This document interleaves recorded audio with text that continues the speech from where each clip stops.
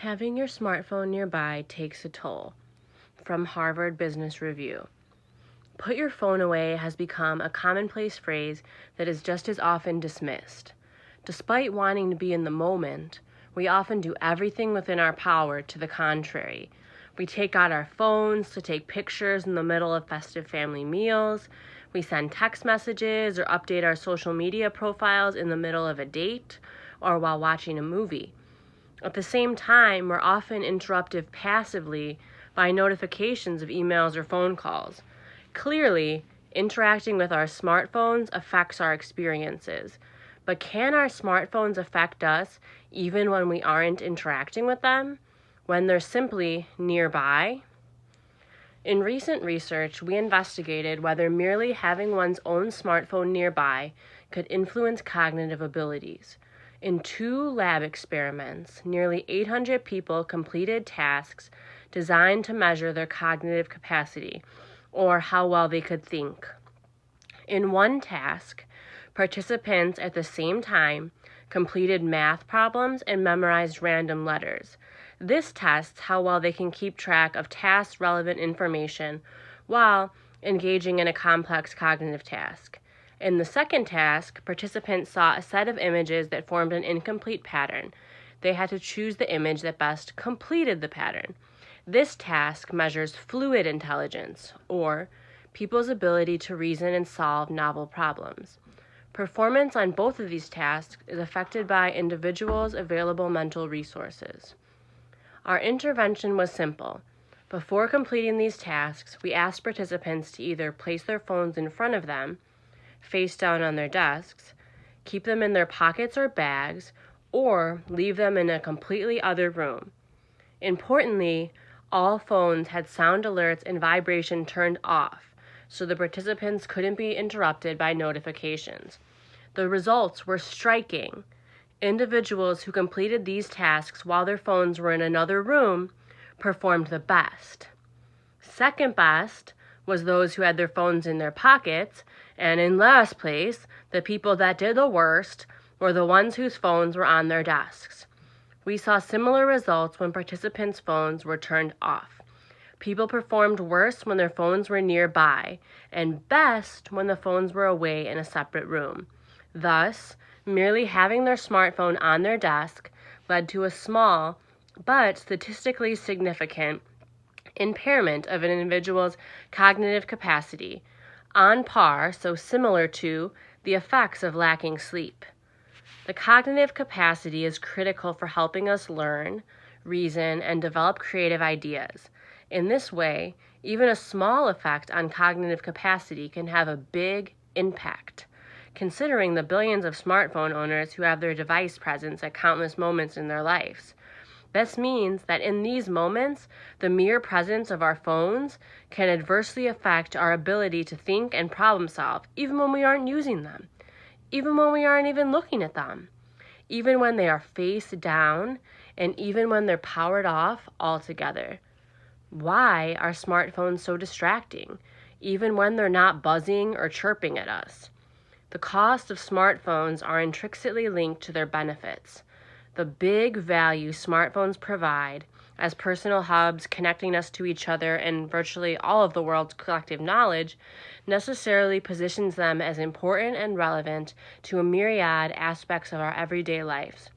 Research in cognitive psychology shows that humans learn to automatically pay attention to things that are habitually relevant to them, even when focused on a different task. For example, even if we are actively engaged in a conversation, we'll turn our head when someone says our name across the room. Similarly, parents automatically attend to the sight or sound of a baby's cry. Our research suggests that, in a way, the mere presence of our smartphones is like the sound of our names. They're constantly calling us, exerting a gravitational pull on our attention. If you have ever felt a phantom buzz, you inherently know this. Attempts to block or resist this pull takes a toll by impairing our cognitive abilities. In a poignant twist, this means that even when we are successful at resisting the urge to check our phones, we may actually be undermining our own cognitive performance. So, are you affected? Most likely. Consider the most recent meeting or class you attended. Did anyone have their phone out on the desk or the table? Think about the last time you were at the movies, went out with friends, read a book, played a game. Was your phone close by? In all of those cases, merely having your phone present may have impaired your cognitive functioning. Our data also shows the negative impact of smartphone presence is most pronounced for individuals who rank high on a measure capturing the strength of their connection to their phones.